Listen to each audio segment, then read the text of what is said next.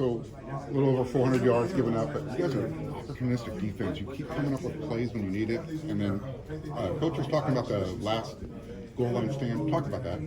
Yeah, I think make a big point about finishing. I mean, we talk about finishing in a winter workout in January when no one's around. We talk about finishing in spring ball, finishing in the summer, all that stuff, and then all of a sudden, you get so many Saturdays. And okay, we say finish. And I know that we finished at an elite level, but in that moment, the guys did. So that means something. It does.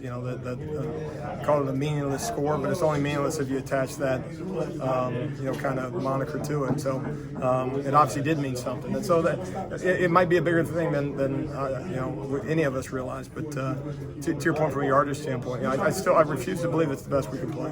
I refuse to believe that. And that's a good opponent and a real quality offense. It's football's hard, and all those things are true. But I refuse to believe that's the best we can play. How important?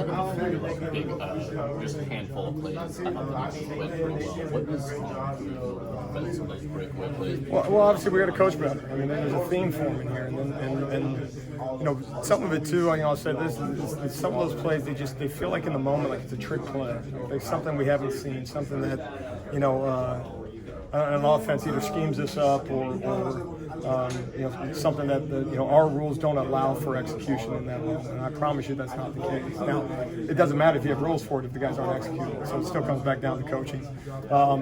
And so we got to do a better job of it. We got to make sure that the things we're saying and doing over the course of the work week leading up into Saturday, the things that we're doing on Saturdays. And, we got to start believing around here that Saturday is an extension of the work week. That's what it is. Now, if we're not doing the right things during the course of the work week from a preparation standpoint as coaches, then we got real issues. But we take a lot of pride in preparing these guys. So, no, those are unacceptable. They're not good. They lead to points, and then it can put you behind the eight ball, which a lot of times it did tonight, and found ways to get some stops in some difficult situations that were created by us, and obviously a good opponent that can make it pay. How important has What's that? I'm sorry.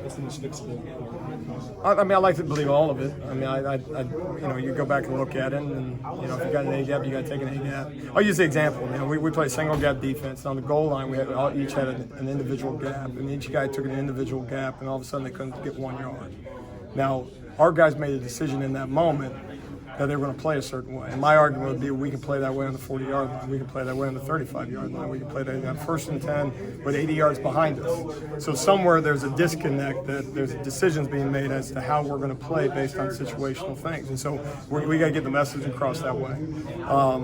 And so that's one. And then number two is a communication. Is do we need to shuffle the deck? Do we need more guys out there barking, to put everybody's mind at ease? It's not necessarily miscommunication, but if you're whispering or some guy's saying this, could that create some of those things? But all this is it's coaching. That's what's fixable. We got to coach better. How important has Solomon Byrd's emergence been? How about that? No, a couple weeks ago he wasn't even repping for us. It just as the depth chart fell and all those things, the guys just kept working. And we've talked before. I think post scrimmage is about guys not taking advantage of opportunities, and man, he has, and really has had an impact for us. And so, thrilled for him.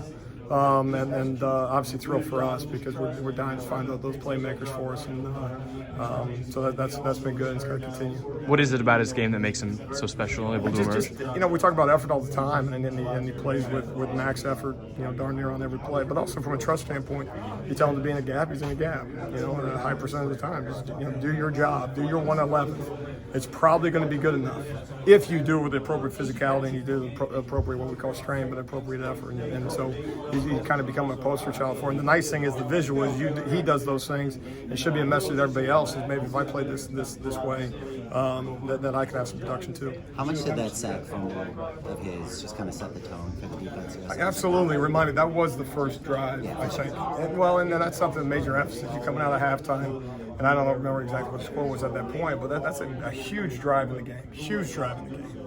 And obviously we talk about takeaways all the time because of the impact in that. But no, to find yourself immediately giving the ball back to the offense, and obviously they did, well, specific to tonight, did a great job moving the football. You get it immediately back to them, still possession that way. No, it was critical, absolutely critical. And I got to highlight, Epps, the Hail Mary at the end. I mean, it's something that you practice, but it's not like he's got a million reps of that thing and say, hey, go high-pointed football. So that was pretty cool. Speaking of the Epps, was he supposed to knock it down?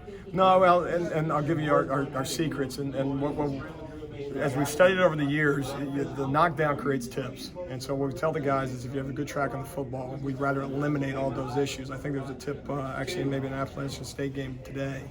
And it's so that if we can, right, and sometimes you don't have a good track on the football, but we define a jumper, and we try to come down with it just to eliminate that other variable. It's easy to say, he's got to go do it, and that's a big body back there, so that was cool. Did you Solomon have a conversation after he was kind of put at the bottom of that shirt there?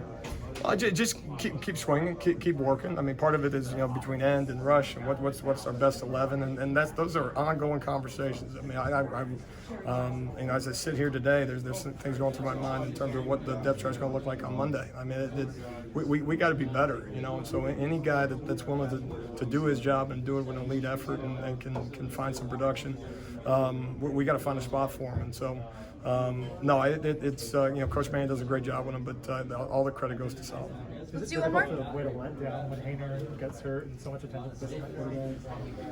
Yeah, I mean, I think the scoreboard, and then I think certainly we all knew what type of quarterback he was, and if you point the finger at myself, you're saying, okay, well, how's this thing going to change? Are they going to run a football, but the scoreboard's this? Are they going to throw it and stuff? So I mean, maybe a little bit overthinking that way, but no, we got to make sure that it's still us on film, regardless of who the opponent is in that moment or who's playing in that moment. To execute our calls. That quarterback doesn't dictate whose gap of responsibility is, right? So if there is a letdown, that's a message that obviously we got to get across to the guys that what a shame that would be to allow that to affect your performance. Thank you, Coach Grinch.